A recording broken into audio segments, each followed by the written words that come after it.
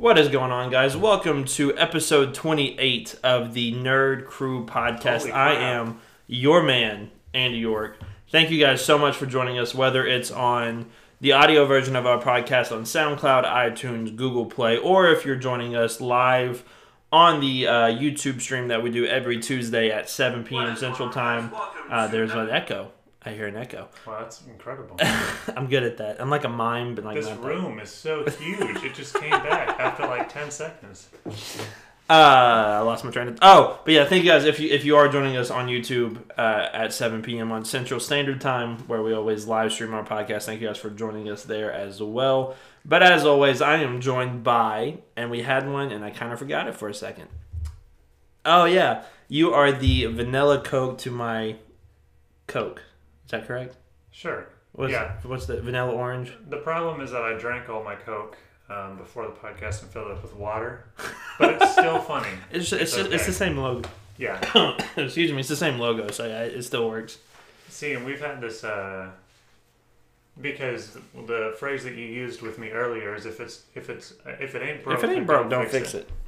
And my response to that was, if it ain't broke, then why not make it in more varieties? And give people because once you start making varieties, then it takes away from the greatness.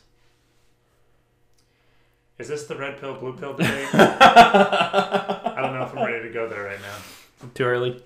Yeah. Too late. Ooh. All right, but yeah, how you doing this week, Jason? Pretty good. Pretty good? Yeah. Pretty good. Busy week? Yeah, very busy. Very busy. Well, for the second time, actually no, for like the fourth time, we have a live studio audience with us today. So if you hear any clapping or anything like that, you sort of saw him saying in the stream. But yeah, we have a live studio audience today, so it's always fun to have a live studio audience. How are you doing this week? Me? Yes. Oh, I'm doing great. I'm on spring break. I'm doing nothing. Awesome. I'm living life. It's so much fun. You are doing important things for the podcast, though. I am doing important things. You're doing your homework, finally. Finally doing things that matter. But yeah, no, I'm trying to do different things, so this is a good week to try to do all that. So there might be a little bit more stuff coming out this week. Just check it out and look into it. So, but what we always like to do, how we always like to start off our wonderful podcast, is what I'm having a stroke on camera again. What are we into this week? So Jason, I'll let you start. What are you into? This is something that I've been into for a very, very long time, but I'm going to mention it today because I never have before. Me and my wife are binging The Office because she's never seen it before, which is my favorite show. She's never seen it? No. Well, I can't act surprised I've never seen Harry Potter. She had never seen an episode before we got married. Really? I was like, you know what? Oh my god. We are about to binge this show. I'm about to blow your mind. Yeah, I've seen it a lot. That's so good. I've seen it all through quite a bit. But this is her first time seeing any of it, and we're definitely after like the decline. We're like at the end of season 8, I think, or around there. Yeah. But what I'm holding on to is the finale because I remember the finale being just like amazing. Right. Yeah. Like after season 6, it starts to go, or like during season 6, it starts to go a little bit downhill. Still a good show, but not as anywhere good. close to where it was. Right. But yeah, it's been a whole lot of fun, and she really, really likes it. Good. Well, I'm surprised there. I'm glad you're introducing her to that show because it's one of my favorite like shows of all time. Mm-hmm. Which that's an episode we'll have to do. Yeah, our favorite Office moments, or we could turn this into an Office podcast. Just Marvel, Office, and Smash Bros. And that'll be the whole podcast. Just forget DC and everything. And wrestling. Smash Bros. Can be my thing. Wrestling can be your thing. Yeah. Forget DC. That's what we've been trying to do for ages now, but they just won't die. They won't let us forget about them. Nico said it's so fun to show your significant others a show you love. Yeah. I wouldn't know because I'm single. Oh, humble brag. Well, you have a lot to look forward to. Humble brag on that. So, yes, I do. But yeah, no, I love The Office. So, yeah, that's a good show. So, what I'm into this week, I'm actually into two things this week. I know I'm breaking the rules a little bit, but earlier this week, actually, the day after we recorded last week, I watched the very first Lord of the Rings movie. So, yes, I'm finally on the bandwagon, and I absolutely enjoyed it. I loved it, so it was a lot of fun. The studio audience is going crazy. But I have to catch up on 2. I have to watch 2 and 3. It's kind of hard to find 2 because I have to pay like $15, and I really don't feel like. Or you could let me rent it. Not rent it. Or you can make me. I could let you borrow it. Is what I'm trying to say. Yeah, we'll do that.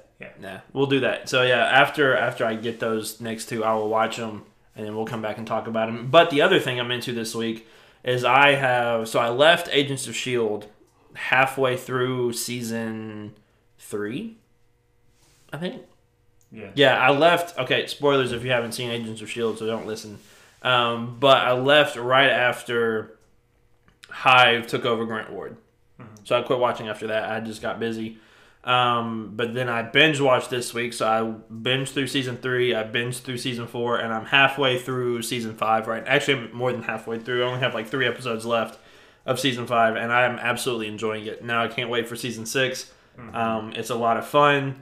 But yeah, it's a really good show, so I encourage everybody to watch it. It's on Netflix, so if you have Netflix, please watch it. It's a really, really, really good show. It's really the second best Marvel show, and it would be the best if Daredevil didn't exist. But that's true. Very Daredevil true. Daredevil's the cream of the crop there.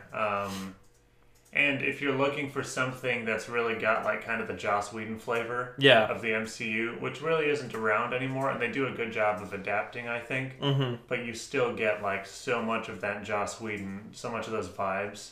Yeah. From that show, and it's a show that gets better and better as it goes. Right. Yeah. And season 1 starts out and it's really not that great. By the time you get to the end of season 1, mm-hmm. It's just like, wow, this all came together super well, and it's just uphill from there. Yeah, it's like the only Marvel. It's the only show really that hasn't had like a really, really, really bad season yet, or like a really, really pointless season yet. Mm-hmm. So like 1, like you said, it's kind of slow.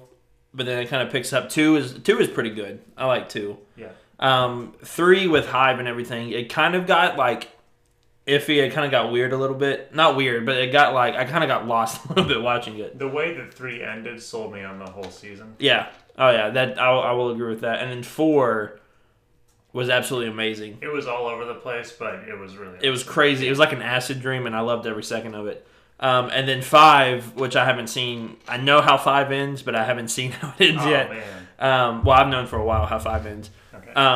But like the journey to get there is really interesting, and so like I kind of try to forget what's going on at the end. But yeah, I really, really enjoyed it. I'm hoping to finish it tonight, and then next week I'll be able to give my final thoughts on it. But yeah, Nico in the chat said Ghost Rider is dope. Yes, he is.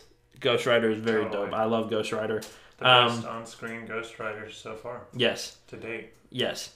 And Yo-Yo is one of my favorite characters. The only gripe I would have is like Daisy is very annoying in season 5. Like towards the end, she gets very annoying to me. The only complaint Andy has is that he's tripping about the entire show. I'm tripping. Yeah. I kind of see what you mean, but I don't agree. Like, she feels like she's the only one that can make decisions, and, like, everybody else has to just follow what she says, but if anybody goes again, like, it's just, it's a whole big thing. Yeah. Deke, I love Deke. Yeah. Deke is a lot of fun. Fitz. He's a season regular now, too. Yeah. Fitz is awesome. Or a series regular, sorry. And then, just all of them are really cool, so yeah, I'm a big fan of Agents of S.H.I.E.L.D., so go check that out if you have not watched it. Mm-hmm. All right, so jumping into everything that we need to talk about, because holy crap, it's been a very busy week. It seems like the last month or so before Captain Marvel, there was like no news, there was nothing. It was just kind of like we were pacing our way through, and then after Captain Marvel, after we recorded last week, it's like everything just broke loose quickly. So Thursday was the Endgame trailer. Friday, James Gunn was reinstated. And then tonight at midnight, the Fox Disney merger goes through. So like there are 3 massive Marvel things that are taking place this week. Plus there's a few other DC things that we'll have to jump into. One that we didn't talk about last week that we need to jump into and talk about. But we'll start with the Fox and Disney merger. This is something that we've talked about for months now, for a very long time. But it's finally going through tonight at midnight. So that means that at midnight tonight, Disney owns basically the entire world. Buckle up. Yeah, so they own the Fox, the X-Men franchises, Fantastic Four. Mm-hmm. They own Family Guy. They own Die Hard, Avatar, Simpsons. Yeah. From what I've heard, they're still going to create movies under the Fox brand banner. Yeah. So I think that it's going to be like Disney Fox, kind of like a joint venture. Right. Or they're just still going to use the name for different productions like that, but it is pretty surreal. Yeah. And there are a lot of good things that are going to come out of it, but we'll just kind of have to see how it plays out in the grand scheme of things, because it is a really big deal, and Disney owns so much, already. Right. It's crazy to go through and look up all the different things that they already own or already have a hand in. A lot of it would surprise you because, I think a lot of it we don't realize that Disney actually owns. I'm very excited. It's I'm excited for what they have because now they have not all, but majority of the Marvel characters now. Yeah. They have the keys to everything basically, so there's a lot that they can do. But I just kind of hope that some of the stuff that we do enjoy doesn't kind of fall back because of it. But we'll just have to see. It'll be a lot of fun. To see. But yeah, it goes through at midnight tonight, so that means, do you think that there's any chance, and I know this is weird to bring it up, but any chance that since it's gone through before the release date of Endgame, that they got permission to use any of the characters? No. None. I'm going to answer that right away. Not a chance. If there was a character that they could use, who do you think it would be? Silver Surfer. You think he would show up first? Yes. There are a lot of reasons for that. Also, just kind of personal preference coming in there, because it's hard to answer that question. I feel like he'd kind of have a reason to be there. If Wolverine popped up, there would be no reason for him to be there. Literally zero. Right. Wolverine is not going to be there. And none of the Fox characters are going to be in Endgame. 100% guaranteed. The only way that would ever happen is if they previously made a deal with Fox to have those characters there. Like they did with Ego in Guardians of the Galaxy Volume 2, because he was a Fox-owned character, but they made kind of a trade-off. That's the only way that I see it happening, and that didn't happen because they're already trying to tell a huge story and a huge closing chapter for these 21 movies that have come beforehand. Right. So they're not going to kind of pass it off to another character. And if they are going to have some sort of post-credit scene or something indicating something, it'll be Eternals. Yeah. Okay, I can see that. Almost certainly. Yeah. Well, I honestly think we'll get 3 in-credit scene trailers. Or none. We'll just have to see. They wouldn't give us none, would they? That would be a jerk move. That would be, depending on how it ends, that would be a really crappy way to end it. Maybe it'll just be the Avengers will return up on the screen like they always do. And you're like, how will they return? Because they're all dead. Or if the 4 that are dead, or whoever's dead, will not return. Tony Stark will not return. That would be depressing. That would be very sad. But yes, that would be horrible. That would be horrible. I might cry. I probably would cry. But yeah, so there's a lot that is taking place with Fox and Disney. So there will probably be a lot more stuff coming out here pretty soon about all that. Gump said another reason to delay Avatar 2. I don't want to see Avatar 2. Avatar 2. Avatar wasn't even one of I was not a big fan of Avatar. It's been 10 years since Avatar came out. And it's hilarious because James Cameron got in kind of some hot water, which I really don't care about stuff like this. This director said something that was a little bit controversial, and then everyone just loses their minds about it. James Cameron said something a long time ago, 6 months ago, that was I hope people Avenger fatigue sets in pretty soon. Which is not gonna happen. Hilarious. It's not gonna happen. He's I hope Avenger fatigue sets in pretty soon because a lot of these movies are coming out, and it feels like kind of a monopoly on the industry, or something along those lines. Which is hilarious because he's planned 10 Avatar sequels. I think that's an actual number. That's just my estimation. I was my estimation, but he's planned a ton of Avatar sequels, and Avatar 2 hasn't even come out. But he's planned this entire Avatar universe, and he's man, I hope Avenger fatigue sets in pretty soon. It's not going to. I think Avatar fatigue set in right after the movie came out. So I don't really know if there's. I think Avatar fatigue set in like 2 minutes into the movie. Yeah. Yeah. I mean that movie. Okay, so yeah, it made the biggest. It made the biggest. Far and away. Yeah, it biggest worldwide box office. It will never get touched. Maybe until Endgame. Who knows? It might. Endgame, I really don't think Endgame. I think Endgame will get close. It might come in second. It'll get close, but I don't think it'll pass it. Yeah. But it was probably the biggest like disappointment of a movie. One of, if not, because it was not good. I'd say, like a lot of James Cameron movies are, as a showcase for. It's like a showcase for what they can pull off with VFX, which is super impressive. In 2009, when it came out, it was super impressive. It's still impressive today. Just kind of a showcase for like new technology with a pretty simplistic plot. And we were talking about Terminator last week, and that's like another showcase for new technology that was coming out in the 80s, and it's a pretty simplistic plot. That movie's a lot better than Avatar, of course. Yes, I will agree with that. But Avatar, for what it is, was technically impressive. Yeah. At the time. And that's why, that's the huge reason why I think it made a ton of money like that. I will say... But we don't need Avatar 2. No. I will say, though, the blue Avatar looked a lot better than Will Smith does. I think that's fair to say. I think everybody can agree with that. Which is funny because that's like a huge movie for Disney. I'm not excited for it. Off. I am not excited for that movie at all. They can't pull it off like James Cameron did 10 years ago. Yeah. They can't pull off just making a guy blue. Like they can make Zoe Saldana blue 10 years ago and make it look way more convincing than blue Will Smith today. Well, even like the Kree and like Agents of S.H.I.E.L.D. or like even Captain Marvel, like they look fine. Right, but that's not VFX. That's not VFX. Don't use VFX. But Thanos is purple. Looks right. Sorry, wrong color. No, it's the same. Like it's the same concept though. Yeah, it's the exact same concept. It's purple. Right, but with Thanos, he looks really convincing. Right. Like the Avatar blue people that I can't remember the name of. That's not important. I can't think of it. Somebody can put it in the chat if they know, if they remember. I don't remember back 10 years ago. No, but Thanos looks super convincing. And why does Will Smith look so... He looks so bad. Terrible and jarring. Is it because we already know what Will Smith looks like?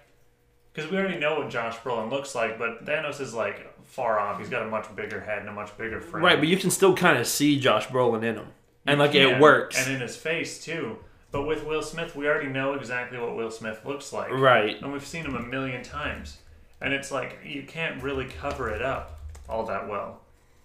That this is this person that you super recognize from all these different things. Right. Let's oh my gosh. So, like, it's not even like CGI effect, though. Like, it's just him. It is, but there is VFX in there. But I do think they painted him blue for the role. But yeah, it does not look good. Okay, let me ask you this: since who looks better, the blue Will Smith or the Sonic the Hedgehog in the movie? I think you already know the answer to that question. I really don't. Oh and the answer is not Sonic. The Sonic looks horrific, honestly. He does look terrible. Sorry for those. It looks like a horror movie. Yeah, it does not look good. So yeah, that we got off on a tangent. But Fox Disney goes through this tonight at midnight, so yeah, expect a lot of stuff coming out pretty soon. I expect a lot of dumb people saying that Hugh Jackman Wolverine is going to be in Avengers Endgame. Wolverine, when he shows up in the MCU, will not be Hugh Jackman. I can promise you that. He will not be Hugh Jackman. Yes, expect a bunch of clickbait YouTubers to be like, Silver Surfer and Endgame confirmed? No. No. We're going to tell you that right here? No. We have the inside scoop of using our brain. No. Don't get your hopes up for Fox people. Get your hopes up that this is going to be the best freaking movie of all time, of our generation. Yep, and of all time, So yeah, we'll get to that. We'll get to that here in a few. So yeah, we discussed Disney Fox. Going to DC for a second. You actually brought this up to me. There are actually two things we'll talk about for DC. You brought this up to me. That Warner Brothers has gone to Ezra Miller, who is the actor who plays Flash. They have gone up to Ezra Miller and demanded that he writes the script for the Flash movie. And if he doesn't write a good script, then he is fired. That's the way that I heard the story, and I don't know if that's 100% accurate, so you can go ahead and fact check that real quick. Fact check that while you That's talk. the way that I heard it, so that's what I told you, and I think that for the most part that's correct. Especially the part about him getting fired if he doesn't write a good script. I hope that part's true. But it's just a mess, and I hate Ezra Miller's Flash.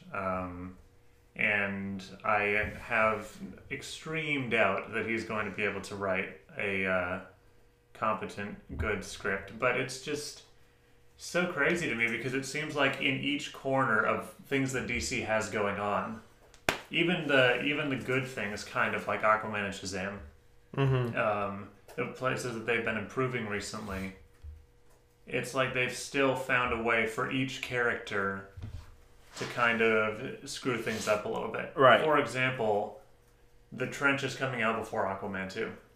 They're not doing Aquaman 2 until after they do The Trench, which we've already talked about. The Trench. It's a horror movie that takes place underwater with no Aquaman characters, and it's an Aquaman spinoff. That's coming out before Aquaman 2. That's not good. With Shazam, they just said, like today, I think, that Black Adam with The Rock is coming out before Shazam 2. They also said that Wonder Woman 1984 isn't a sequel. Yeah. Which leads me to believe it's just like a retelling of her origin story. I don't know what that means, and I don't know if that's right. But if that's true, then that's just astonishing. And then you've got this thing with the Flash, and Superman and Batman are out. So it's the whole part about him being fired is not true. I don't think he is part of the writing staff, but according to reports, and this is from hypebeast.com, Ezra Miller is looking to create a much darker take on the story of the Flash, because that's what DC needs is a darker story, because that's not. If you look at all the crappy movies of DC, right? We have Batman vs Superman, Justice League, Suicide Squad, right? Like those are like the three, like the bottom tier. Like like you can't get worse than what they are, except for Green Lantern, but that's not part of it. But like you get those three. What are all three of them? Super dark. Like super dark, super gray, like really crappy stories. Well, and with Justice League, it was originally filmed to be that dark, and then Joss Whedon was like, saturation and redness. We can fix this, guys. But then like you look at the more successful ones like Wonder Woman, which isn't like super good, but it's still better than all the other ones, and Aquaman.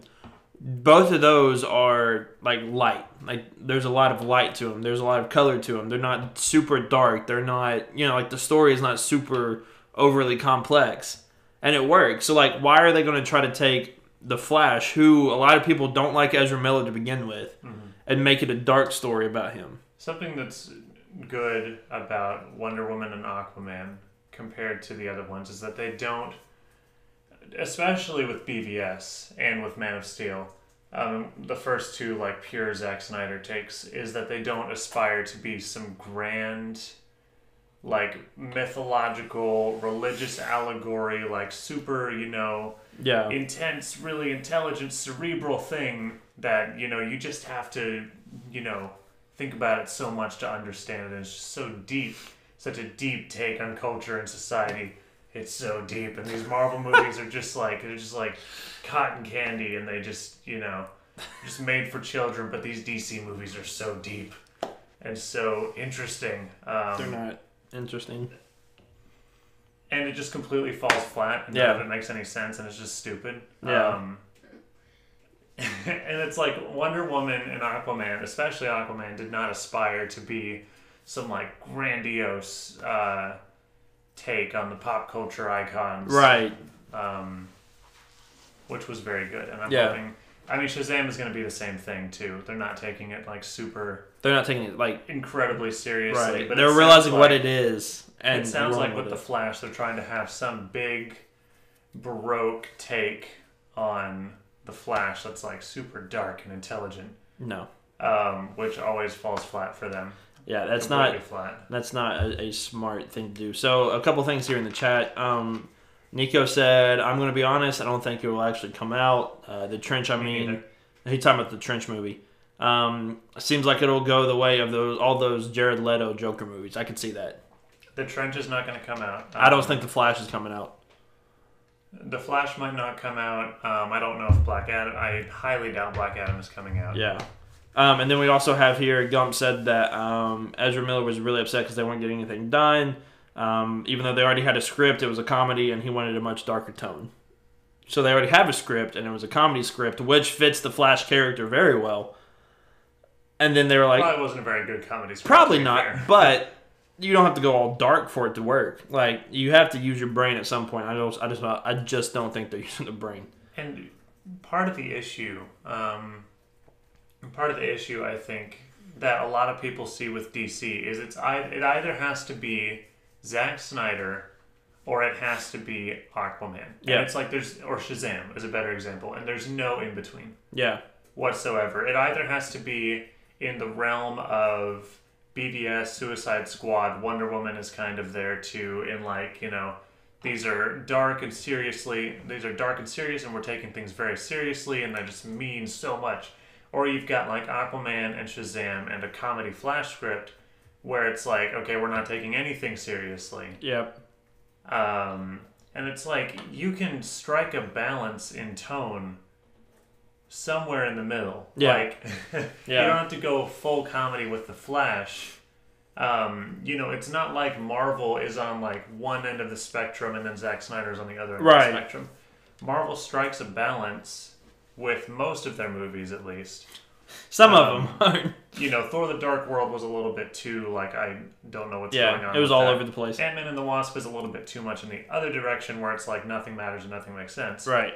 But most of their movies strike a balance between being serious and being able to be taken seriously, and also having a more lighthearted tone. Yeah. Guardians of the Galaxy, you can take that seriously. It is an emotional movie.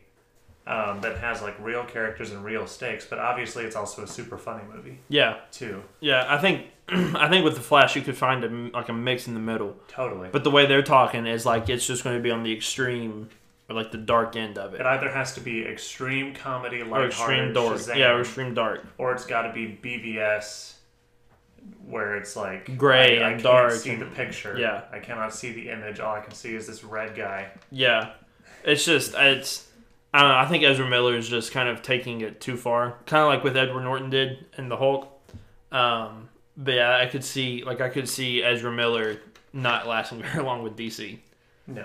So, but going on with that, with also DC, which kind of leads and segues into our other thing that we'll talk about here in a few seconds. But the second Suicide Squad movie, which I think they're just calling it The Suicide Squad. Epic title. Has done a few recasting ideas. So I'll let you kind of, if you remember them. Do you remember them all? I only know one. Okay, go ahead and I'll look it up. I know a few members of the new team. I know that much. For those who haven't heard, Idris Elba is replacing Will Smith as Deadshot, which isn't like a dream casting for me, but I do really like Idris Elba. And it's much better than Will Smith, and that's all I'm asking. Margot Robbie is staying on as Harley Quinn as far as I know. But it is going to be a reboot. It's in no way a sequel to Suicide Squad. Which, thank God. Like, we do not need to... We don't need a second. That dumpster fire of a movie. No. Just because you already made it. Now, I don't know why they're rebooting Suicide Squad, and I don't know why they even made it in the first place. But if you're going to go about a reboot, this is the way to do it. Yep. If you're going to go about a reboot of a movie that should have never been made in the first place, this is how you do it. And then, let's see. We have Jared Leto is reprising his role as the Joker. That's rumored, but yay. Highly unlikely. And then I don't know how to pronounce that lady's name as the Deputy Defense Secretary. So, yeah. But yeah, they're redoing. It seems like they're just kind of trying to forget the first. Like well, and you should look up the roster of people who are on the team because it's pretty hilarious. From what I remember, it's a lot like zanier choices than the original than the first Suicide Squad roster, which was like El Diablo and Slipknot, and Captain Boomerang. So the Ratcatcher. Ratcatcher, yeah. We have King Shark. We have Yes. Polka Dot Man. Yes. We have Peacemaker. Yes. Peacemaker could be played by Dave Bautista. Mm-hmm. From okay. And Polka Dot Man. Polka Dot Man. Then you have Deadshot and you have Harley Quinn. Yeah, I so think this that's all is of gonna them. be wild. Yeah, so the reason why we kind of talked about that and kind of leading into this is James Gunn is directing that movie. But that is not the only superhero movie James Gunn will be directing. Because thank God Disney finally did the right thing and they brought James Gunn back to direct Guardians of the Galaxy 3. So he is back on the project for Guardians 3.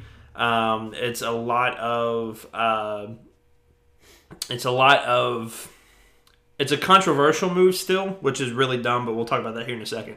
But what do you think of Disney bringing back James Gunn? Do you think it's a smart move? Do you think it's a dumb move? What do you think? I think it was a dumb move to fire him in the first place. I think it was a really knee-jerk reaction to kind of save face after all of this news came out about things he had tweeted in the past. 10 years ago. Right. And I think it's kind of a really weird move to hire him back after you've already made that decision, but of course I'm all for it. I love Guardians of the Galaxy. I think he's a great director. I think that he deserved to close out his work. I think that he deserves to direct the third one. And honestly, with Marvel, you can always kind of telegraph where they're coming from in the future. And after Endgame, they have so many projects that we don't really hear a whole lot about because they're trying to keep them really secret and really quiet. But now that we know that James Gunn is back for Volume 3, that's at least one movie after Endgame that's guaranteed to be great. And that's really exciting to me. And I'm hoping the best for Spider-Man and for Black Widow and for Eternals. I really want those to be good. But Volume 3 is just guaranteed to be great. And I'm super, super excited that we're going to have an MCU trilogy done by the same director. Yeah. He's going to be the first director in the MCU to do all 3 movies in a trilogy. Because Iron Man was done by Jon Favreau and Shane Black. Yeah, and then Captain America was done. The first one was done by Joe Johnston, and then the Russo brothers. And then Thor was done by the forgettable man. He's Kenneth Branagh, Alan Taylor, and Taika Waititi. And then you have Avengers, which was all directed by different people. Josh Whedon for the first 2, and then the Russos for the last 2. And then, am I missing any other trilogy? There's a lot of trilogies. Guardians will be the first one directed by the same director, which is the only way that it would work. I really don't think if they didn't bring him back, I don't think we ever would have got Guardians 3. Or if we did, it'd been pushed back to 2024, or it'd have been pushed back a long, long time. It's still going to be pushed back a while because apparently he can't work on it until he's done with Suicide Squad. Yeah. But other than that, I think it's a really smart move. We have a question here. Do you guys think this was always the plan? I personally don't. Because I think if it was the plan, then they would have retconned him going to DC to do Suicide Squad. I think they would have told him no. Which, I mean, it kind of makes sense, to see it. It could be a plan of, hey, we're going to save face, so, we're going to fire you, but you're not really fired. You're just kind of on a suspension. Then when everything kind of cools down, we'll bring you back. But I don't think they did that. I think it was a knee-jerk reaction to fire him. He went to DC, and then Disney or Marvel was like, "Oh, you went to DC. We're sorry. Will you come back and do Guardians 3 for us?" I feel like it was one of those types of moves. The reason I would probably disagree with that is that Marvel and Disney don't really see DC as industry competitors. They see them as people who are kind of working alongside them in a way. At least I know Kevin Feige feels that way. I think that more people in Marvel and Disney feel that way. Yeah. I think James Gunn's job was really down to one guy. And the same guy who fired him is a guy who was talking to him after the firing, and he was really impressed with how James Gunn handled being fired, how he handled his career, kind of after that, and like the different talks that they had, he was really impressed by that. So that's why he personally brought him back on. So it's all been the same guy. Yeah. At Disney, it's not just like the huge The corporation. But I do think that this poses a good lesson for people. Well, I'll say this. The first thing I'll say is we as a society need to stop this whole, all right, they're popular now, I'm not, I'm mad at you, let me go dig up something on you. We need to stop doing that. That is absolutely ridiculous. That's stupid. It's good for nobody. It really is, because everybody's done something stupid in the past. I understand that. I get it. And directors and movie stars and athletes or whatever it is are sort of held to a higher standard, and I get that. But to me, I personally think we just need to, one, stop doing all that. But two, if we do continue to see this, I think you'll see a lot of movie stars or directors and stuff start to either delete their Twitters or start deleting their tweets. Because I think at this point it's getting out of hand very quickly.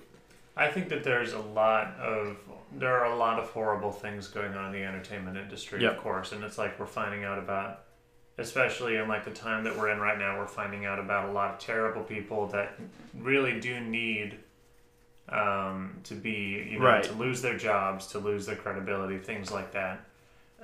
Bryan Singer, but with James Gunn and with people like that, I think it absolutely is a case-by-case basis. It depends on the person. It depends on the accounts of people who are around that person. And I know that me and you don't want to get like super political about this, but this is just how we feel on this. Is like it absolutely comes down to who that person is and the decisions that they've made to kind of change. And here's another thing: like if he would have tweeted this stuff out like 2 years ago, 3 years, even 5 years ago, that's one thing. During his employment at Disney. That's one thing. But he did this, 10 years ago? Yeah. People change over 10 years. Rapidly. People change very quickly over 10 years. So, don't... Just because he's famous and just because he's done two great things, don't go out searching for something to try to, bury his career or ruin his career. Mm-hmm. And I'm not... Gump put out there, dude, it's unfair to treat these guys like gods and hold them to those standards. I honestly think if you're going to be in the public eye like that, you have to be held to a sort of a higher standard. Politicians, I think, need to be held at a higher standard because they represent us. They need to be the best versions of us. Movie stars, not necessarily to that same degree, but I think that they do need to be. I think you need to be careful what they tweet out or what they say. I'm not saying we have to silence them. I'm not saying that at all. Speak your mind, whatever. I just think you have to be careful because we don't live in we live in a very soft culture now, a very soft culture, and so I think you just have to be very careful about it. Kind of, yeah, and I think that at least if it continues to go the way that it's going, I think if we need to realize that society is going this way, and it's not like it used to be where you could say anything and pass it off as a joke. You know what I mean? People take things extremely seriously now. Yeah, I would say that. I would also say that there's more of a rift.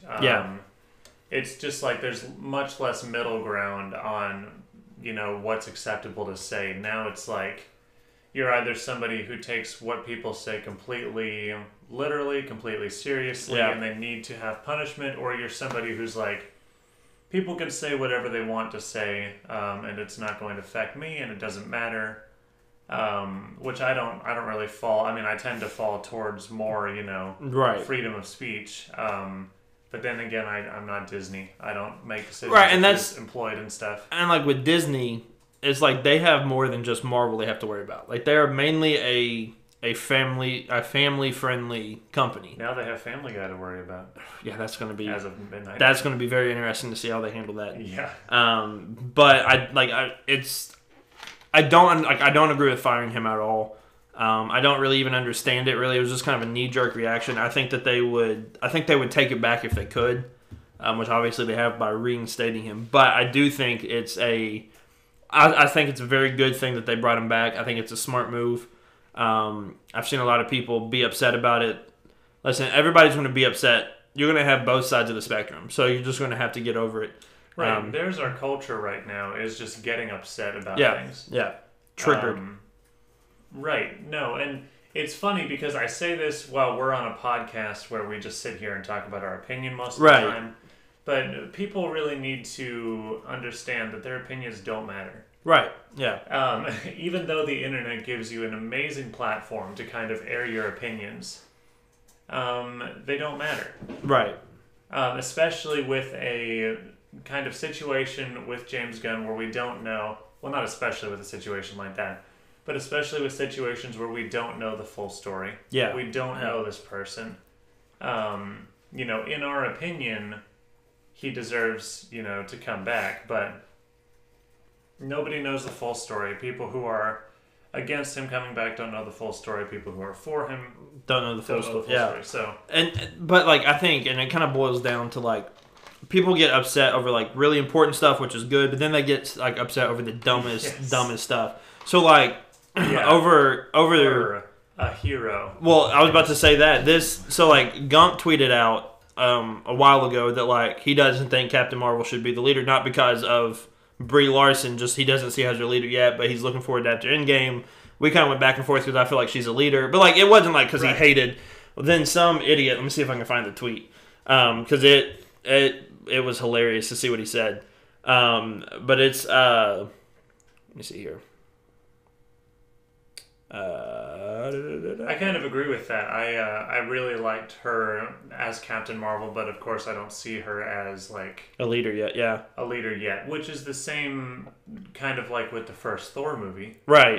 Or maybe with Doctor Strange, which are both good movies, but they didn't quite convince me about kind of their leading characters. But obviously Thor has totally come into his own. Yeah. And I really want that to happen for Carol. I want her to come into her own, and I can see her as a character being a leader later on if she really proves herself in Endgame, in whatever's coming after Endgame. Right. We'll just have to see. No, okay, so basically the whole conversation is Gump said that exact thing. I sent the gif of the dude saying K, but you're wrong though. Just messing with him. Gump said Black Panther should be the leader, and then we just kind of went on. But then this dude jumped in and said, "Yep, typically Brie Larson, a white woman, is going to be handed everything on a silver platter and pushed above those who earned that position, like Black Panther, while simultaneously preaching to us about how difficult she has had it and how she's such a victim of the patriarchy." There's a lot to unpack there. Yeah. First off. He said Brie Larson has stole everything that Black Panther, that Black Panther was. If she stole it, doesn't that technically mean that she earned it? Right, which isn't even true because right. Black Panther is its own thing. Right. It's its own cultural phenomenon. Yeah. I think that's just absurd. Obviously, people are talking about Captain Marvel right now because it came out 2 weeks ago. So, of course, people are going to be talking about it. Brie Larson hasn't stolen anything. No. Black Panther is still an immensely popular character, and honestly, if we took a poll right now, he would completely, I think he would win that poll, even with Captain Marvel having just come out, which character do you like better? Right. And that's really funny to me that people think that a year after his release of his movie, which made $1.3 billion, that it's oh man, Carol's stealing the limelight. No, she's because not. her movie just came out 2 weeks ago. You'd think people would be talking about it. And it's I don't know, it's so dumb. Because the whole thing with Brie Larson, she's not, because I've seen people call her a sexist and a racist. She's not racist. All she said was that when she goes to these Comic-Cons or all these nerdy things, 99% of the time it's all white men. It's all one race. And she's we just need more seats at the table. It's not, and she even came out and said, I don't hate white men. It's just I think we need to broaden our scopes a little bit, which I 1,000% agree with. It's people just take one thing and they try to twist it and turn it and try to make her look bad. But if anybody has a brain or a set of eyes, they can look and say, hey, no, that's not what she said at all. Yeah. I'm going to cut this tangent right here. That's fine. But all that we really have to say on that is that Captain Marvel is going to pass $1 billion like this weekend. Yes. And Yes. it's a good movie, and It she's is a good character. If you haven't seen it, go watch it. She's got a lot in front of her, so. Yep. It's all positive from here. Yeah. Because it can't go downhill anymore. But yeah, so this is Nico said, yeah, down with the white man. So yeah, You're right though. So yeah, this isn't the only big news. The biggest news that we got all week, which we'll talk about right here, right now, is we finally got the long version of the Endgame trailer, and oh my gosh, it is amazing. Before we jump into that, if you're listening, I'm sorry, but you can't see this, but we got our brand new, not brand new, but it's brand new, but we got our Endgame Infinity War poster going right there, and then we have our Bucky and Captain Marvel. I'm losing my mind. But yeah, so we got our new additions, and whenever the Endgame poster comes out, then we'll get that for sure. So what was your initial thoughts of the trailer? Oh man, it's freaking awesome. Surprise! I like the trailer. Yeah. No surprise there. I love how they kind of give a retrospective of things that have happened in the past, especially for the main three characters. Yeah. It's interesting that we see no Thanos in this trailer, but I think that's kind of cool that they're preserving anything that's going on with Thanos for later. I love that we get a retrospective because to me that says we're going to see a lot of that kind of stuff in the movie. We're going to see references to things that happened in the past. We're going to go visit the past, which is awesome because this has been like a 10-year, 11-year long, like 21, 22 movie saga. Yeah. So it's really, really great in kind of trying to close out this chapter, which is called the Infinity Saga. Which is a great name. Apparently, which is awesome. Thanks, Kevin Feige, once again. It's just some random useless piece of information that we love. Oh my gosh, it's amazing. That's the coolest thing I've ever heard. I love that we're getting a retrospective. I can't wait to see what kind of things we revisit. I loved seeing Hawkeye training his daughter to shoot. Okay, so I'm gonna stop you right there because we talked about this a little bit. Yeah. So obviously that's his daughter. That's not Kate Bishop. It's not. But could you see them using her as in the Kate Bishop role? Yes, and that would be cool. Yeah, I would love to see. I would love to see that aspect of her, of like her being the. Did you see? Yeah, I love her being like the Kate Bishop. Like that would be a really cool idea. But yeah, I think it's very obvious what would happen there. Like them at their little family picnic, and Clint turns around to get something, turns back around, and everybody's gone. Yeah, especially since they filmed that scene for the trailer. I bet you we're going to see that in the movie. Yeah, so that's just going to be like, what? So get ready for that. But yeah, like kind of what you were talking about, like the flashbacks, like the hint, like the first one was obviously Iron Man and him talking about like it feels like it feels like it's been like 1,000 years, which I think is kind of a nice little hint of like, yeah, it's been a long time ago since the first Iron Man movie. But then like you still get so like the first trailer we got, he was in the black wife beater with like the same, he basically looked the same like he did in the cave when he was creating it, which is a really cool callback in the Endgame. But now, like when you're going through and seeing all the flashbacks of like him and of Cap and of Thor, that really was like, oh man, this movie's going to hit hard. Like this movie's going to hit extremely hard, extremely quick. So what were some of your like takeaways from it? Thankfully, in terms of plot, there wasn't a whole lot to take away. Right. I loved seeing more Hawkeye. We saw a lot of Hawkeye in this trailer. Yes. I love the shot of him running down some hallway with water in it, and then something explodes behind him. Yes, that's cool. It's like I cannot wait to find out what that is. With Ant-Man, we got to see more Ant-Man in this trailer. I loved seeing him. Apparently, that's the street where Cassie's house is. With all the missing posters, like on that was really cool. Super confused because he probably just came out of the quantum realm, and he's like, "What the heck is going on?" That's going to be really sweet. We saw a really cool shot of Cap tightening his shield, and then he's got like his face is all dirty, and he looks like And he's in really the intense look. He's in the he looks like he's in the same area. No, he's in the same like the old school, like he was in Winter Soldier.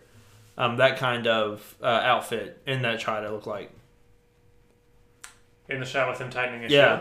I think that's the new one. I think that's the chainmail. Is it? Mm-hmm. Yeah, because he had a non-Winter Soldier helmet. Oh, well, I completely missed out. Unless I'm totally wrong and somebody can tell me I'm wrong. Oh, I'll probably watch it for like the 1,000th time again here in a minute. And then you can tell me I'm wrong. Yeah. We saw like 1 second of the Hulk, 1 second of Thor, 1 second of Bruce Banner, really. He popped up for like half a second. Yeah. We saw a little bit of Nebula. We saw a little bit of Rocket and War Machine. I like how War Machine has a shoulder-mounted rocket. Yes, in that shot. That is a very good. Mm-hmm. It looks like his suit is like a lot bulkier than the first ones. It looks like it's a lot bigger. What I like, one of my favorite ones was the end of the trailer with Thor and Captain Marvel.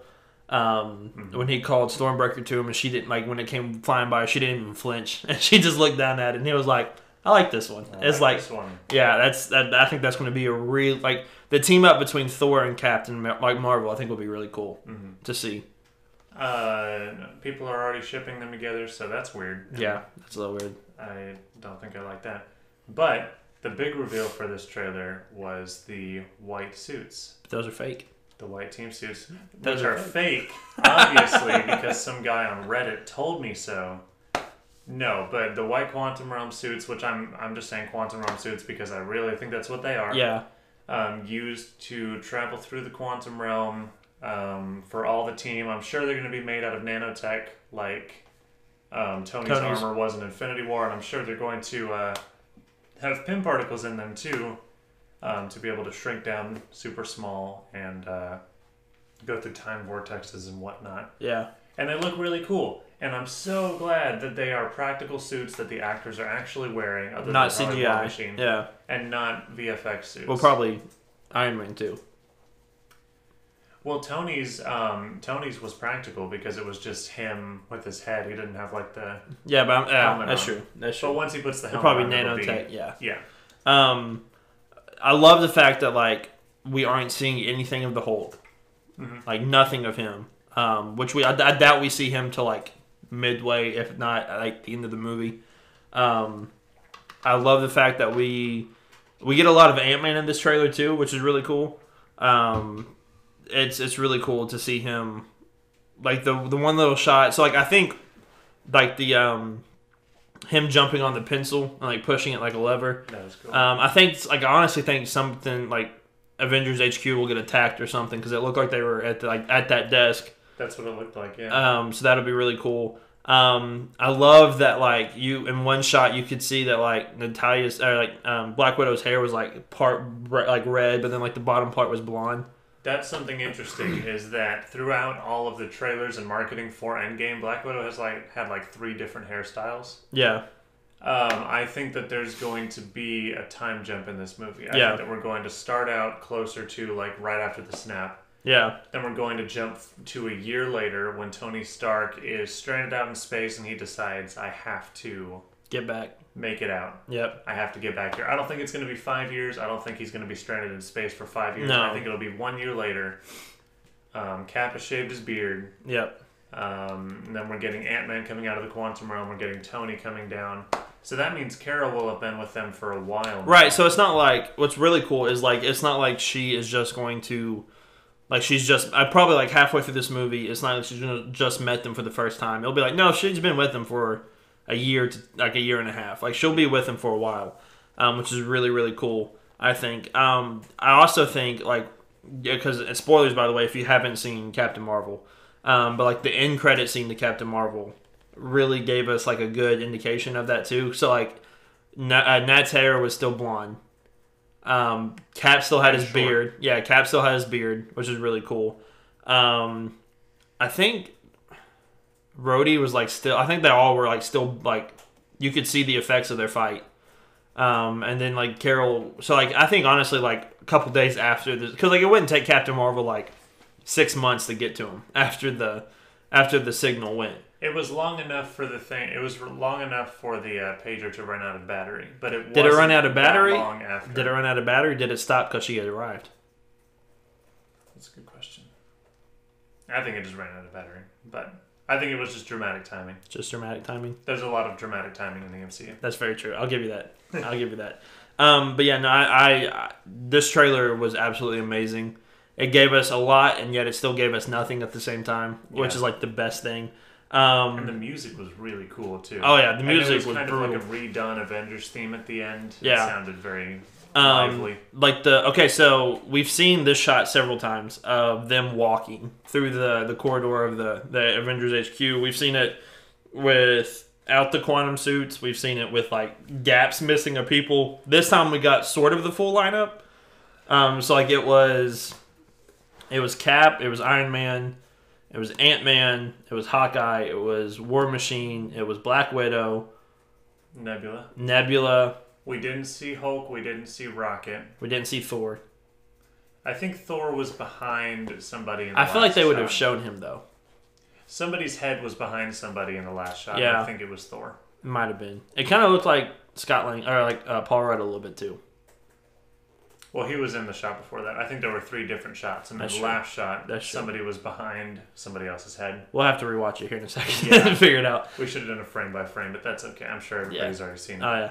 But yeah, so this was I love this shot. So like we still get the shots of like Cap in the meeting, and it looks like he's in the same meeting that Anthony Mackie's character used to lead.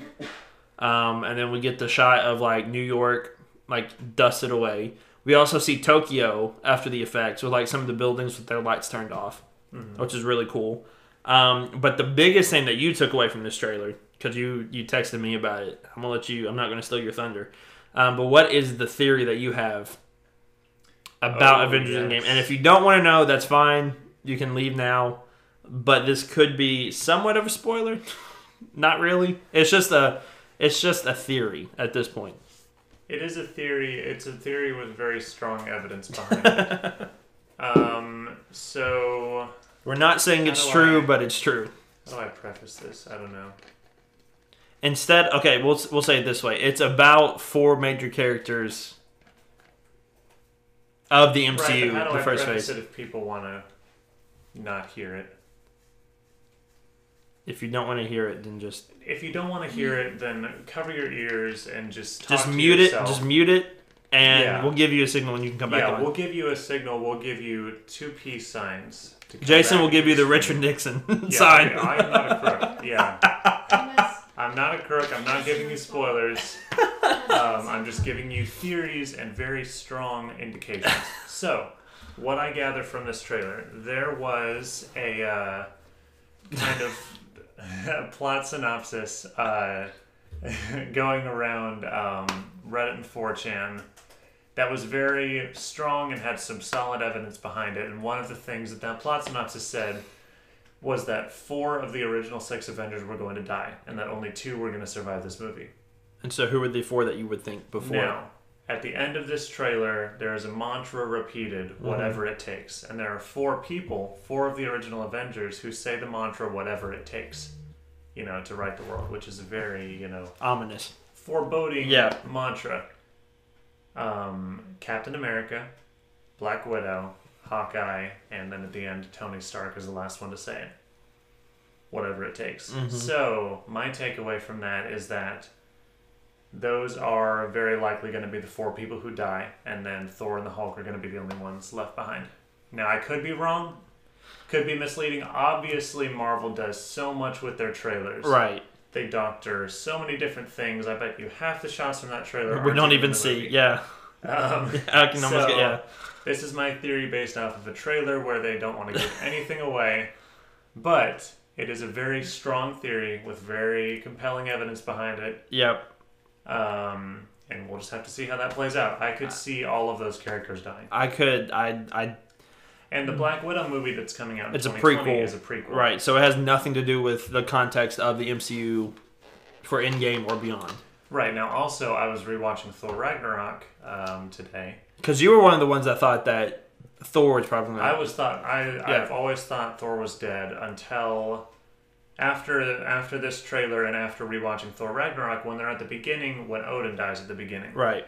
And they're in Norway, and he's like, "I want you to remember this place is home," and then he fades off into dust, and I'm like, you know what? This is a big empty field in Norway. I bet you Thor is going to survive this movie, and he's going to build new Asgard there. Yeah.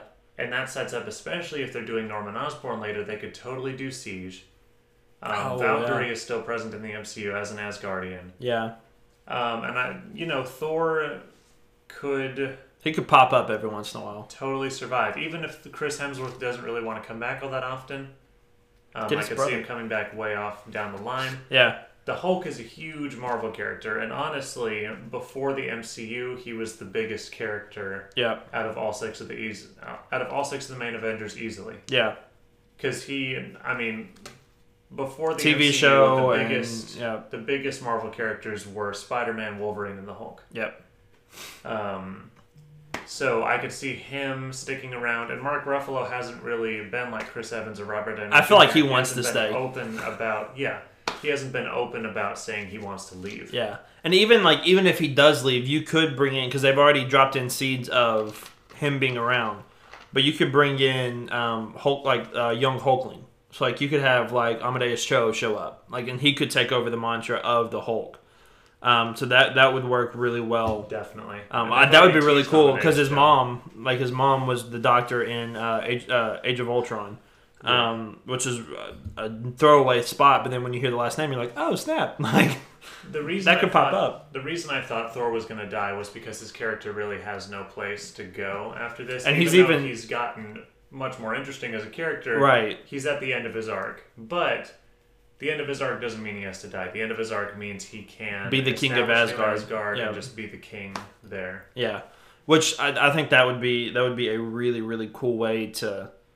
Because like you said, he could probably come back if he wanted to. And that kind of goes into my idea for after Endgame. Because everybody's talking about who's going to be the next leader of the Avengers, blah, blah, blah, blah, blah. I really don't think they're going to do an Avengers movie again. At least for a long time. For a long time, yes. 10 years from... 7 or 8 years from now. I don't think they're going to do it... More than 5. I think it's going to be a while. But what you could set up a lot, though, in those 5 years. Totally. So, what I could see happening is, and I have it written down, I'll get to it in a second, but I could see them breaking off the Avengers into different sections, or different areas. So, I think we all feel very strongly that they're jumping into the Dark Avengers area. Or at least that's a possibility. That's a very, very strong possibility. Yeah, they're going to go 2 to 3.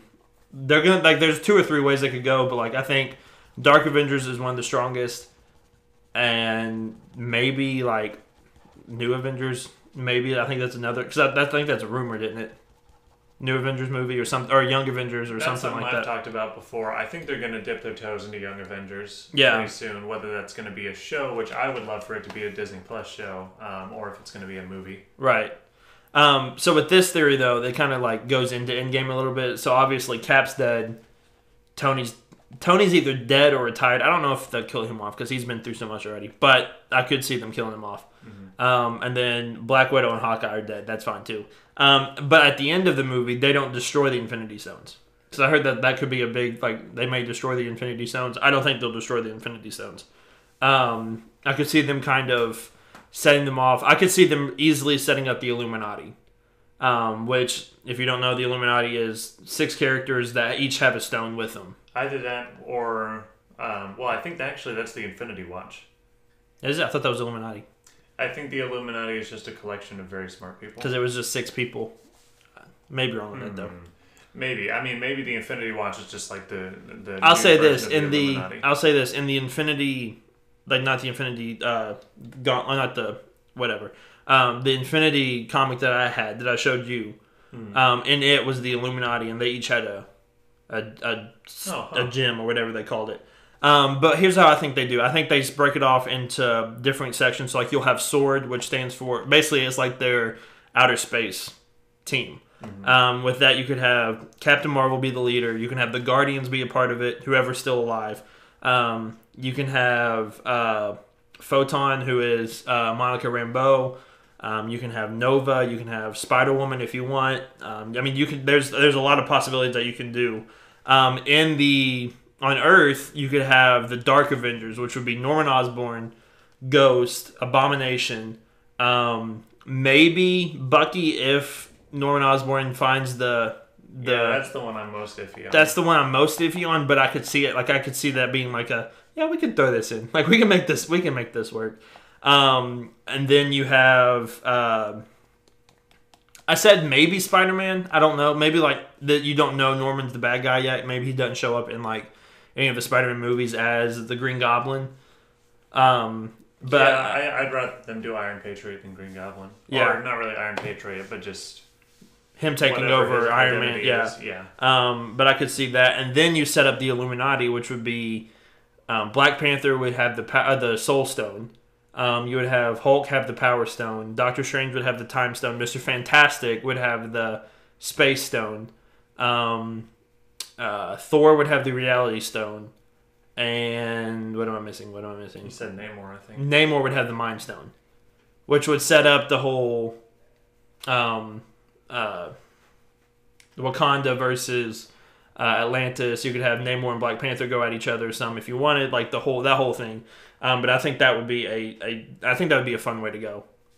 If you do set up like the different sections or the different regions to kind of keep them separate, but then like in the big event movie, I think all of them coming together would be a really cool moment too. Mm-hmm. So definitely, no. I think that things are going to be a lot less unified and less rigid. I mean, it's already been kind of splitting up with Phase 3. We've gone in a lot of different directions before Infinity War. Oh yeah. So yeah, I can definitely see it being different subsections. I do think that we're going to get another Avengers movie down the line. Not with the same people, of course. It'll be kind of a new Avengers Who's the villain, team. do you think? But it'll be a long ways off, and it's got to be a big villain, so I'd say Kang or Galactus or somebody like that. That would be cool. In answer to a question in the chat earlier is if this is called the Infinity Saga, if everything between Iron Man and Endgame is called the Infinity Saga, what's the next leg going to be called?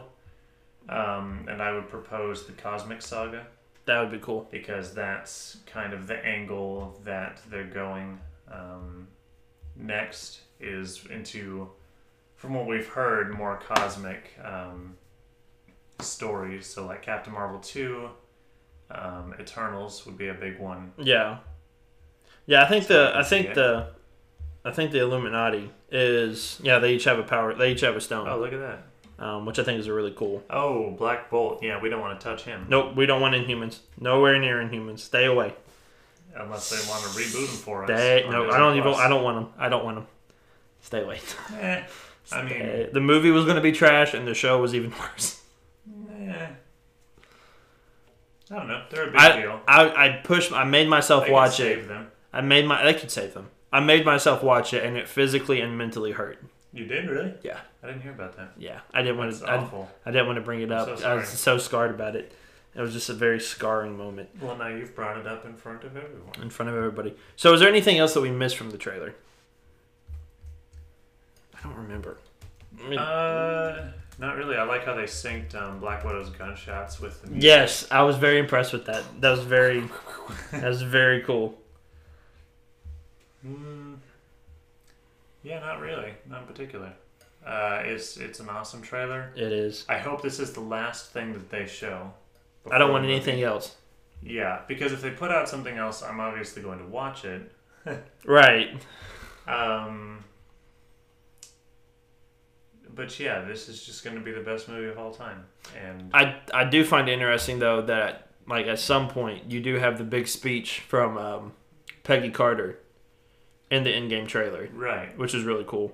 Talking about how we can't change. Sometimes the best thing that you can do is to start over. Yeah. Or something like that. So does that mean the reboot? Maybe. Nah, I doubt it. Maybe. And Thor is like, I saw all these people die. Yeah. And it gives you makes you remember everybody who snapped away. Yeah. Only Wakanda people though. Only Wakanda people. Yeah, I'm like they didn't show any of the Guardians like snap away or Spider-Man. You didn't see any of them. That's true. Yeah. That's true. then there's your half second. I'm surprised. Okay, I'm surprised that they haven't seen Tony dealing with like Peter snapping away yet in the trailer, like even a little bit. I wonder if that like might be a big, not a big plot point, but like I think that might be something that like messes with him for a while, like in the first few minutes of the movie. Especially if it's like right after the snap, like him floating through space right after the snap. Which, by the way, I wouldn't be totally shocked if we don't see that entire thing in the movie of Tony like floating through space and him giving that speech. I feel like that could just be them something they shot for the trailer. Yeah, I don't know if I agree with that, but it's not the most outrageous thing I've ever seen, so. Yeah, then you have Ant-Man standing there looking very confused. Oh, man. You know what? I am so excited for Ant-Man. I am too. I think I've said this several times. This will be his best movie. He's sitting there suited up with the rest of them in the white suit, and I'm like, heck yeah. He looks like he finally fits. gets his due. And he's not going to be the idiot. At least I hope he's not the idiot. Because in Ant-Man and the Wasp, he was like one of the most useless characters in the entire movie, and it's like he's literally in the title of the movie. Like, why? Yeah. So I am excited for his recovery from that because in Civil War he was freaking awesome. And in the first Ant-Man, he was awesome. He was great. I love that movie. And I'm so excited for Ant-Man to really come into his own. Yeah. Take over. Right not here, take over, because but he's like really cool. going to be important because of pin particles, because he's the only one who's been in the quantum realm before. Or has he? Or is he? Out of Captain Marvel could have. Yeah, maybe. That's been like one of the biggest theories. Like, yeah, Captain Marvel was able to go to the quantum realm. Blah blah blah. I doubt we see all that. Yeah. It kind of just feels like useless information. Well, not useless, but like. I don't think there's going to be a lot that we saw. A lot that we see that happened like off screen. Yeah. It's like, oh yeah, she visited the quantum realm. She knows all about it now. Yeah. Like I really like the one, not a fear, but like I really hope they show how Scott gets out of the quantum realm. I hope it's just not like oh hey look guys, I'm out. Like 5 years later I'm out. Sure I hope they show it. Yeah. What I do find 3-hour movie. Yeah, that's true. What I do find interesting though is like you have the shot of Clint and Natasha on board of the Guardians of the Galaxy ship. Because like it's the same. What? So what makes me think that they are attempting to go to Thanos to fight or something, and then everything kind of goes loose. Here, I'll show you. What's their name of their characters? Thank you. The Benatar? I'll just do this. I would do that.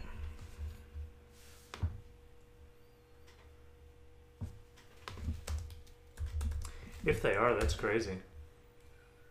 Let's see here. Let's see if I can find a good shot. Where is it at? I know I've seen it before.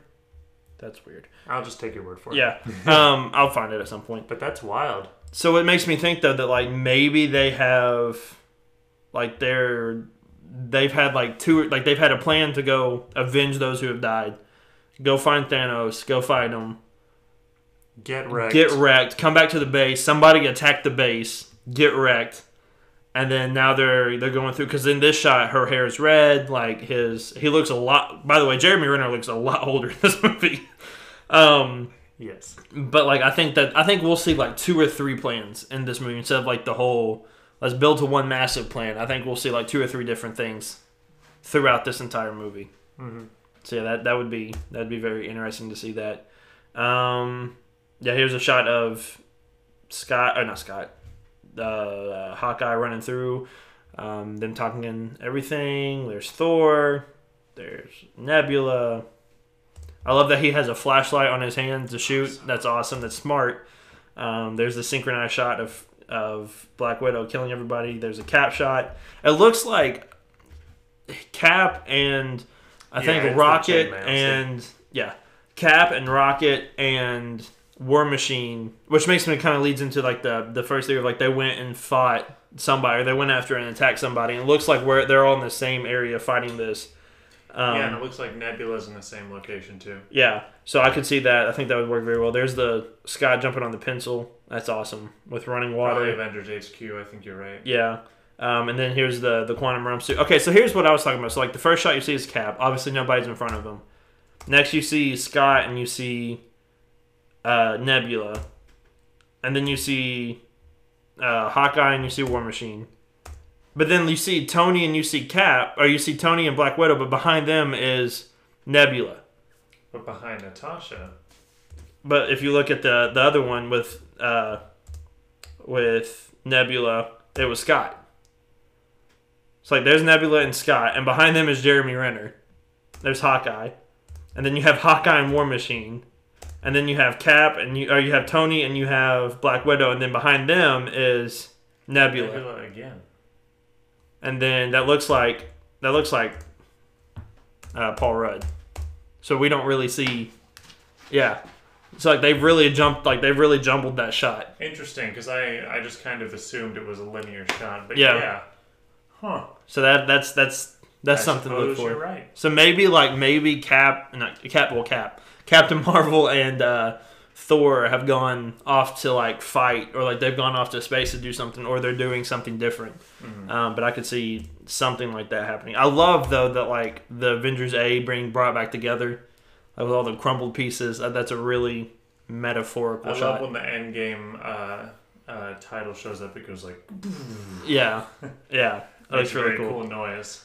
And then you have the final scene with Thor and Captain Marvel where she doesn't flinch, and it's really cool. It does look though like her hair is different than even like the Captain Marvel trailer, and like she's like obviously had time to change clothes, everything else. So, but yeah, that's very cool that they just brought her in the very last second, didn't show anything.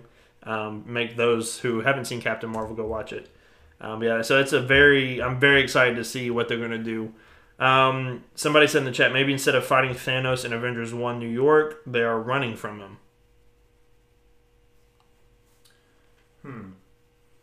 Is that from like the... I think that what's going to happen, I think that all of the time travel stuff that's going to happen is going to happen later in the movie, maybe after they have an initial attack and it doesn't really work out. I think if they're going back to the Battle of New York, the way I see it playing out, which is probably not at all what's going to happen in the movie, but they're going to use that portal and they're going to go up and fight Thanos when he doesn't have a full gauntlet or something. They're going to take him out in the past. That's just kind of what my brain pieces together from what we've already seen. Probably not what's going to happen. But I think that if they go back to the Battle of... Well, not if, but when they go back to the Battle of New York, which I'm super stoked about. Yeah. When they go there, they're going to go there with a plan. They're going to totally have a plan. Yeah. Do you think that's the only battle they go back to, or do you think they jump... What do you think we'll see? Like, what battles or what areas do you think we'll see that they jump back to? We're probably going to go to Xandar to get the Power Stone. Okay.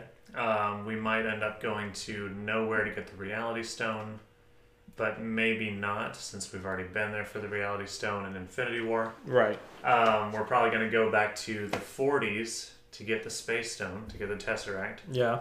Because there's been set photos of the 40s. Mm-hmm. There's also people listed as like 70s actors for scenes taking place in the 70s, so I'm not sure what that one would be.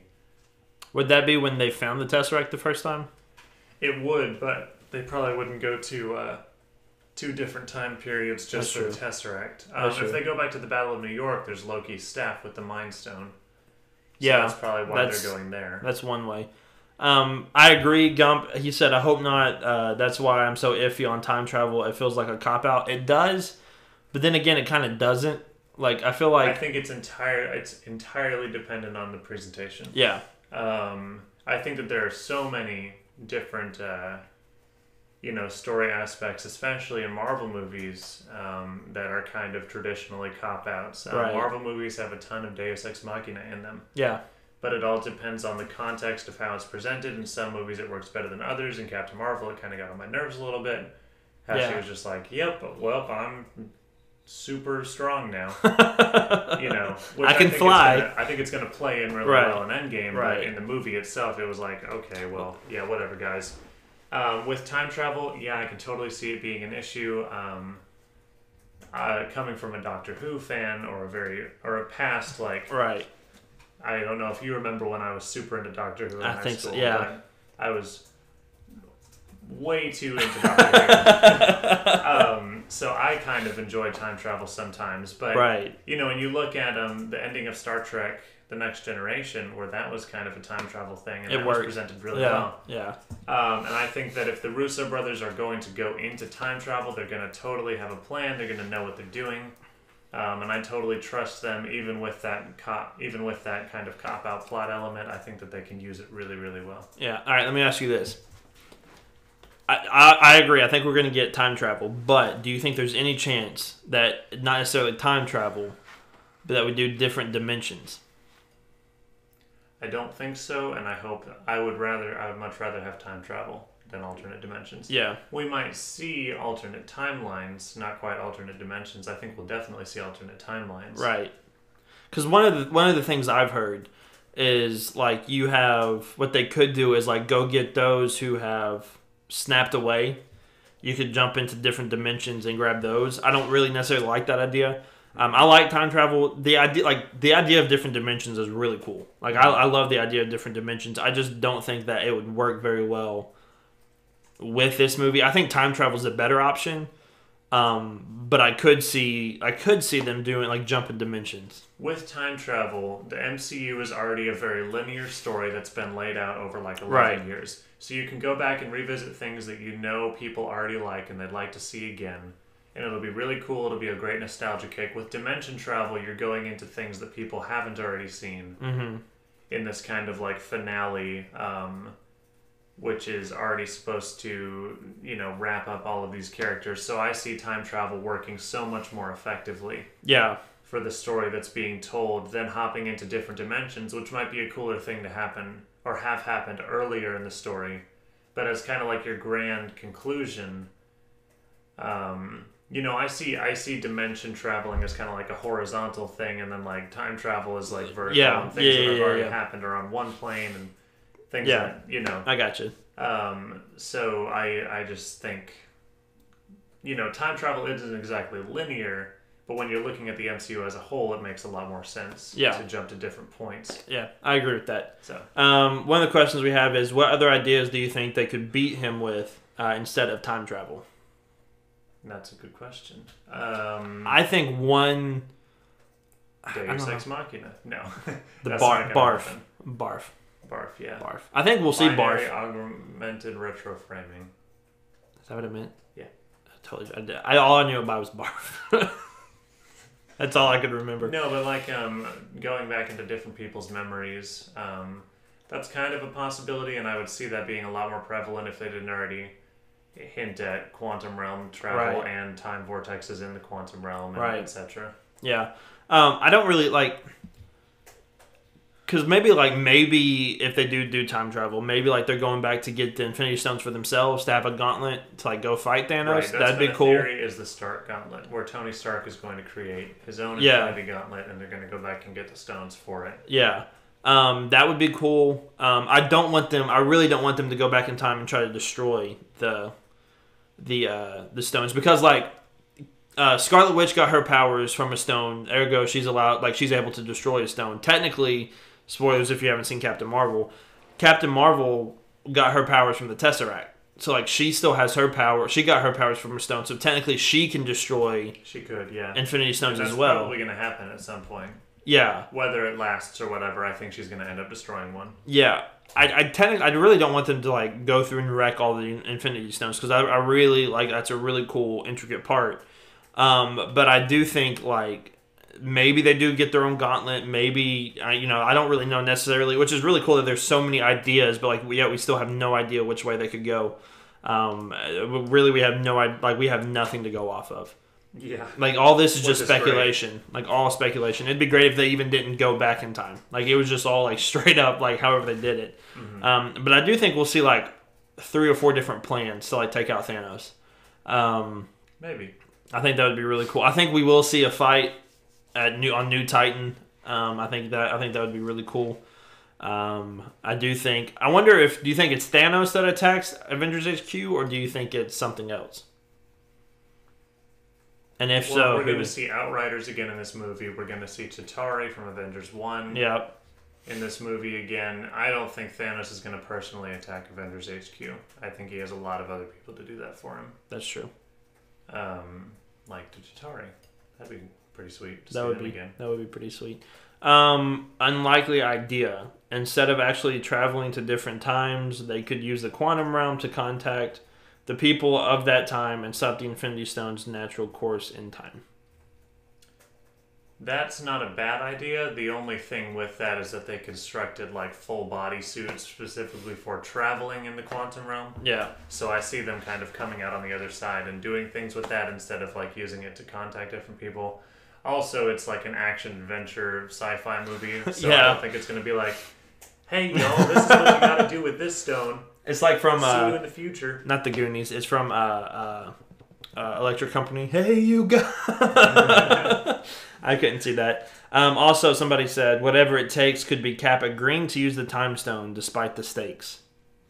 I don't know. I feel like he said that to I think he said that to Hawkeye is like, we're going to get your family back, whatever it takes. I think those could be just recorded for the trailer. I think whatever it takes. I think we'll hear it at least one time. Mantra saying, I am ready to do whatever it takes to fix this. I think it's a really just broad thing. I think they might say it like one time. I think they'll say it in the movie. I don't think that like each of those 4 were cut from the movie. Right, yeah. I got you. Put in the trailer. I think they said it specifically for the trailer. Probably to hint at the fact that all these people are dying so that they can kind of telegraph their attacks on our soul. Yeah. So we can be emotionally prepared. Listen, I think there's going to be a lot of highs to this movie. I think there's going to be a lot of lows to this movie. I think we're going to end on a high. I think we end on a low. I don't think they're going to crush us like with Infinity War. I think they know what happened with Infinity War. It's not going to be some devastating ending, and I think that even when we lose people, it's still going to end not in a positive place, but in a resolute... Hope, and with hope, yeah. And with hope, yeah. Yes. See, because I think I've told you this before, and I would love if they did this, but I think they wouldn't do it. If, like, the end, say Cap dies, right? Let's just speculate. It's probably not going to... No, it's going to happen. But, like, he's back in the 40s at the dance that he missed with Peggy. And, like, just imagine if that ended the movie. And, like, it just rolled straight into... Like, that would be... And especially... Because I've heard this, like, if that... Like, especially if Stan Lee was, like, there as well. Or, like, at their funeral... Because I think Gump had this idea... At like whoever has died at their funeral, Stan Lee is the one giving a speech. I was like, that would be heartbreaking. Wow. That would be very sad. Don't kill us. I think the movie might end sad, but like if there is an end credit scene, I think it might build the anticipation or something. But I don't know. I feel like it would be kind of hard to end on a high note after seeing 1 to 2 to 3 to 4, if not more, of the characters that we've been with for 11 years now. If they all, like, I think it would be kind of a weird, not hard, but I think it would be kind of difficult to end on a high note after that. I wouldn't say a high note, I'd say a satisfactory, resolute note. And not like a crushing, everybody's devastating note. Right. Yeah, I could see that. Yeah. But I think it would be fun to end on a bad note. Because I was the one that wanted, like, an Ant-Man and the Wasp. I wanted Cassie to step away. Fam. That'd have been bad. Could you imagine Scott and, like, his family, his daughter, and then, like, Hawkeye's family? Like, all that. That'd be depressing as all get out. So, yeah, there's a lot that we have to take away from Endgame. There's a lot to look forward to. We are 6 weeks out. A little under that. A little under 6 weeks. Closer to 5, I think. Yeah. So like we're almost there. 37 days. Something like that. Yeah. All I know is when we're 21 days out, I am starting my MCU watching the movie every night until we get there. So that'll be fun. Also, a little bit of announcement. We get to this Saturday at 7. We get to see Shazam 2 weeks early. Yes. So that'll be very exciting. We won't say anything. We won't spoil anything. We might do like a spoiler-free review of like just go check it out. We won't ruin anything for you. Or don't check it out. Or don't. We'll have to see how it goes. But I think it'll be positive. I feel positive about it. I think it's very likely it'll be my favorite DC movie. I think it has a chance of being a good movie, which is awesome. Yeah. I'm really excited about that. Maybe the best DC movie since The Dark Knight Rises. It could possibly be better than The Dark Knight Rises. We'll just have to see. Possibly. Let's not get crazy. Dark Knight Rises is like a 7 for me. What's Dark Knight for you? 10. Mine's like an 11.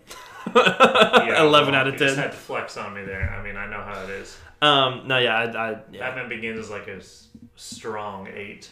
Yeah, I really enjoyed that. We need to do an episode on just that trilogy, I think.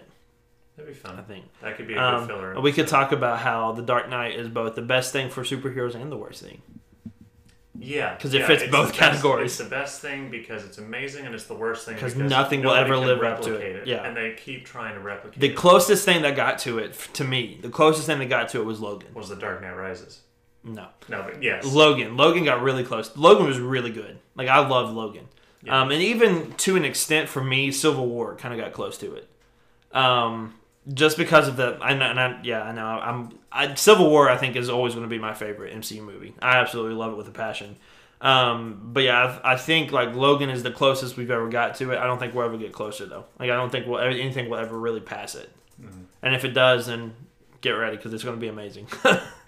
So, I think that's going to do it for this week's episode. I think we've gone long enough. Do you have any other thoughts or anything else that you would like to add? I'm all right. Sick trailer. Sick week. James Gunn back.